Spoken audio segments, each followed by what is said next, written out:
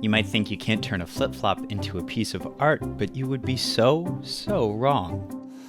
The team of sculptors at Ocean Soul in Nairobi, Kenya, carves the most common footwear on the planet into hippos, giraffes, whales, and more. And so far the company says it has cleaned up around 10 million sandals from beaches, streets, and landfills.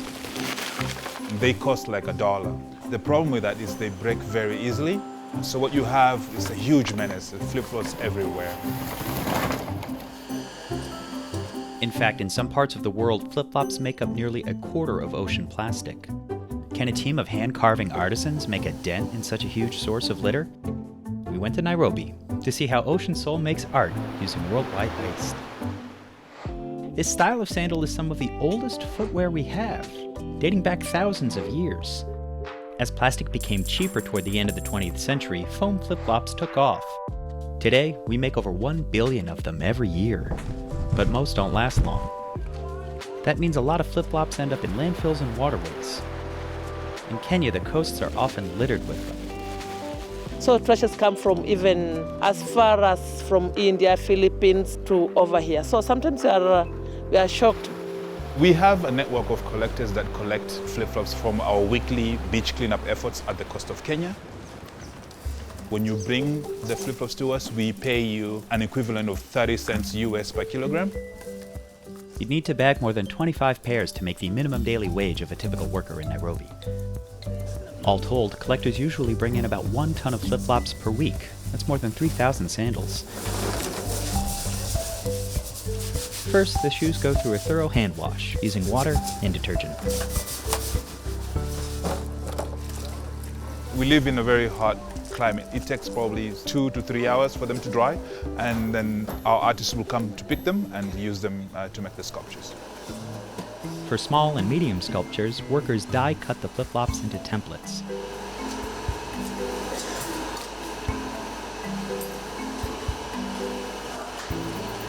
Then use a non-toxic glue to bind the shoes together. Remember, we're using a tiny flip-flop, so you have to build up before you're able to carve down. Then our artists will carve them out into a finished product. The company has around 90 employees. Many of their artists used to make traditional Kenyan wood carvings. But that kind of work has dwindled since the early 2000s when Kenya scaled back logging, which made raw materials harder to come by. When I used to do woodworking, I never thought of destruction of environment. These artists say working with a softer material isn't too different from working with wood. The knives and sanding tools are the same, but you do get fewer splinters. The end product will be a crab. It takes almost 2 hours to complete a piece. For larger pieces, artists repurpose old insulation from shipping containers as a base and cover them with flip-flops. And that's why with the bigger sculptures, you'll notice that they have a contour look, while with the smaller ones, there's a stripy look. Nearly every part of the process is done by hand, and it can take up to 3 months to complete some of the larger pieces. The only time we use the machinery is when we come here to sand. So after they're done carving with a knife, they'll come here and sit down and use these sanding machines to smoothen the sculptures.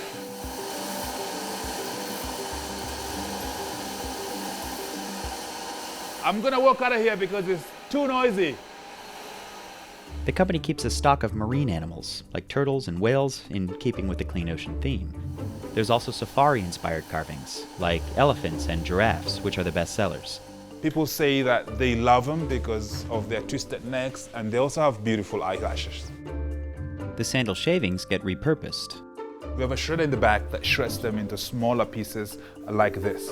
And from here, we're able to make mattresses that we donate to a refugee program in northern Kenya. Next comes a quality control check. The lady will make sure that, the elephant has 2 ears, 2 eyes, 1 tail. If anything is not right, it's returned back to the artist where they will fix it. Then the statues are washed one more time before being shipped to their destinations.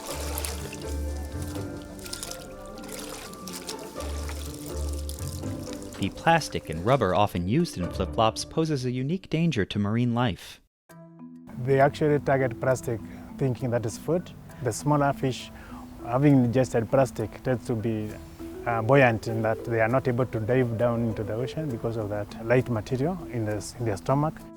Julie Church, the conservationist who founded Ocean Soul, got inspired after a visit to the Kenyan coastline in 1997.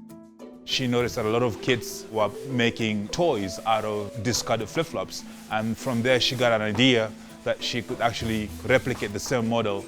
Now the team collects and carves more than 700,000 flip-flops a year. And the Pope himself was presented with an elephant carving when he visited Kenya in 2015. So this is the gift that I hope will accompany you on your very important journey through life. Joe and his artists aren't the only ones who've noticed the world's massive flip-flop problem. Firms big and small have introduced flip-flops made from ocean plastic, and even flip-flops made from algae that are 100% biodegradable. The company sells about a third of the pieces to shops, museums, aquariums, and zoos around the world. They're also sold online, in a store in Northeast Florida, and in gift shops around Nairobi. We saw that there was a niche and there was business to be made, and that's how we started it. We had a rhino the same size as this lion, and it was going for 43,200. I'm looking for antelopes and maybe zebras to take to my friends. Did you know it's from garbage? No, I had no idea about that, but they are so beautiful. But the combination of COVID and the war in Ukraine has brought on new challenges. Our hardest duty right now is actually getting our stuff from Kenya to abroad. The supply chain has been really messed up. The company told us their shipping costs have nearly tripled, and things take about 4 times as long to get where they're going. Occasionally, Ocean Soul takes on special projects. In 2019, we made a life-size car for a dealership in Alabama, United States. So that's the biggest piece we've ever made. We used 4,500 flip-flops, and that project took us about 3 to 4 months to complete. There we go! Joe wishes he didn't have so much material to work with. Flip-flop waste is a global problem. We have received numerous inquiries from India, Indonesia, Brazil. They have the same problem. They've asked us when can we come and set up shop in their countries. But the Ocean Soul model might present the most effective use of flip-flop waste.